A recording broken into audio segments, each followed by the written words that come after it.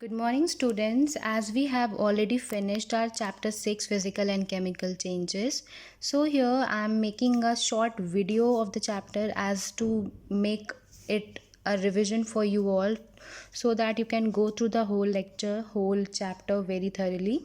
So in this chapter we came across that there are several changes which we see in our surrounding day to day life. For example, melting of ice, or you can say dissolving of sugar, or many changes are quite different, sort of like boiling of water, burning of wood. So broadly we can say that the changes are of two types. One is your physical change and second is the chemical change.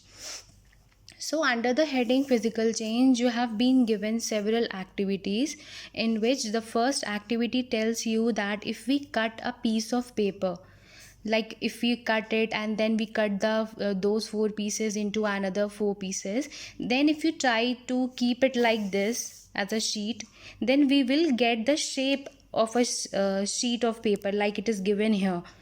We can stick it and make it of the same shape, but यहाँ पे क्या आ जाएगा, a property has been changed, like you can say the size of the paper is changed. So it comes in the category of physical change. Why? Because physical change में you do not get any new product. यहाँ पे आपने paper को cut किया था and the paper itself is the same as the paper only. यहाँ पे ऐसा नहीं कि आपने पेपर कट किया था तो यहाँ पे कोई दूसरा प्रोडक्ट आपको मिल रहा है. So this is a physical change. In the second activity, it is said that if we are taking a piece of chalk and if we crush it and make a powder form out of it, then if we again try to make a paste of that powder and transform it into a shape of chalk, then we will be able to get the chalk back, not of the same quality, but we will be able to reverse it into the chalk piece. In the third activity, in this activity it shows key how you can melt an ice to liquid form, then you can solidify it back into the ice form.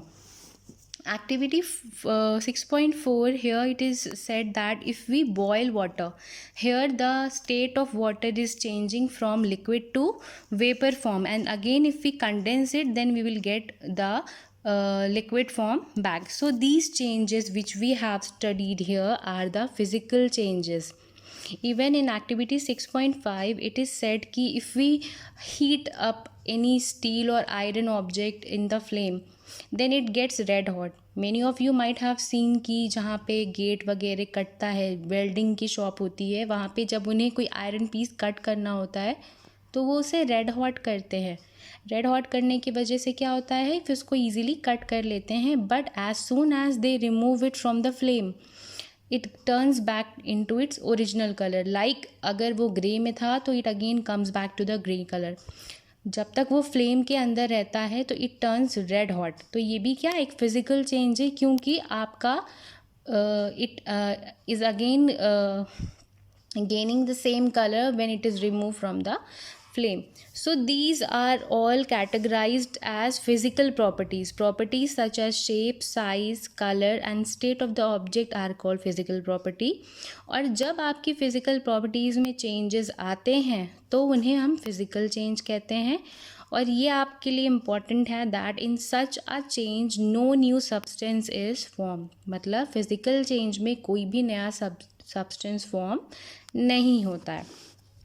Then here comes your chemical change. Chemical change is just the opposite of physical change. यहाँ पे new substance form हो जाता है and it is not reversible. For example, अगर हम बात करते हैं कि if you are trying to cook food, तो सबसे easy है कि if you are making a दाल बनाने के लिए you add the raw material like the dal whichever you are making, then you add the spices, salt, turmeric everything into it, then you whistle it off and then आपका दाल ready होता है. But अगर मैं बोलूँ कि नहीं I want the ingredients back, तो will you be able to bring the ingredients back? No. यहाँ पे क्या हो रहा है, आपने इंग्रेडिएंट यूज़ करके you formed a new product which is not reversible. So it comes under the change which is chemical change. Okay, now यहाँ पे कुछ एक्टिविटीज़ भी आपकी दी हुई थी which we have discussed, that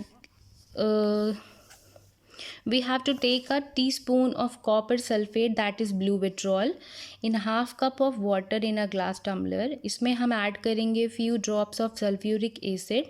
Then we'll get the blue color of the solution. Save a small sample of the solution in a test tube or glass bottle. Drop a nail or used shaving blade into the remaining solution. Wait for half an hour or so. Observe the change in color. Compare it with the sample saved separately. The changes that you notice are due to the reaction between copper sulfate and iron. That means ये copper sulfate का solution था, इसमें आपने rusted iron nail डाला, यहाँ पे reaction होगा. That means copper sulfate जो यहाँ पे यूज़ हो रहा है, यहाँ पे solution आपका blue color था. जब iron इसके साथ react करेगा तो it will form a new product which is iron sulfate. तो it will change your solution to green color and copper will be deposited at the base of this which is in brown color. तो यहाँ पे भी क्या है, chemical reaction हो रहा है.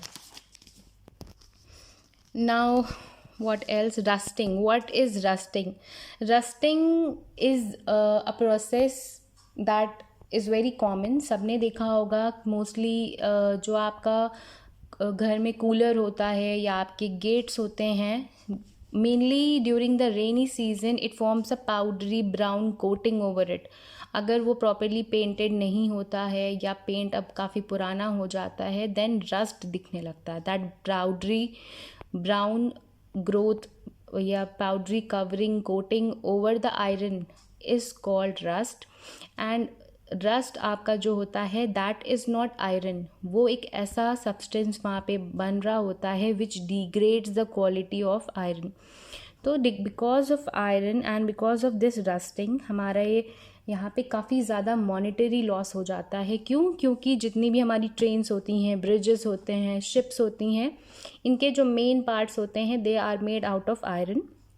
शिप की अगर हम बात करते हैं तो ship is mainly always in the water. इसका कुछ पार्ट तो हमेशा वाटर में सबमर्ज रहता है, बिकॉज ऑफ विच इसको जल्द से जल्द रिपेयर कराना पड़ता है और इसके वजह से lots of money is wasted over it. So rusting को आप प्रिवेंट कैसे कर सकते हो? रस्टिंग का मेन कॉज होता है प्रेजेंस ऑफ वाटर और वाटर वेपर और ऑक्सीजन. ठीक है, आयरन जब आता है आपके कांटेक्ट में ऑक्सीजन के और वाटर के, तो it forms a new substance which is called iron oxide. And this iron oxide is not iron, ये एक नया सब्सटेंस यहाँ पे फॉर्म हो रहा है which is commonly termed as rust. तो the most essential things which are needed for rusting आपका है water and oxygen.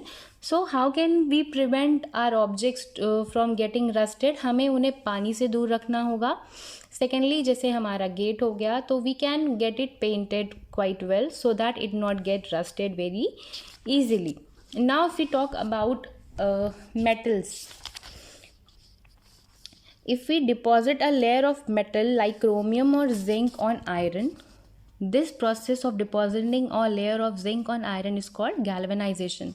So the two different ways that you studied was either painting or greasing to prevent rusting. Third is this one कि अगर हम iron के ऊपर किसी metal की coating कर देते हैं, if we coat a metal like zinc over the iron, then this process is termed as galvanization. The iron pipes we use in our homes to carry water are galvanized to prevent rusting.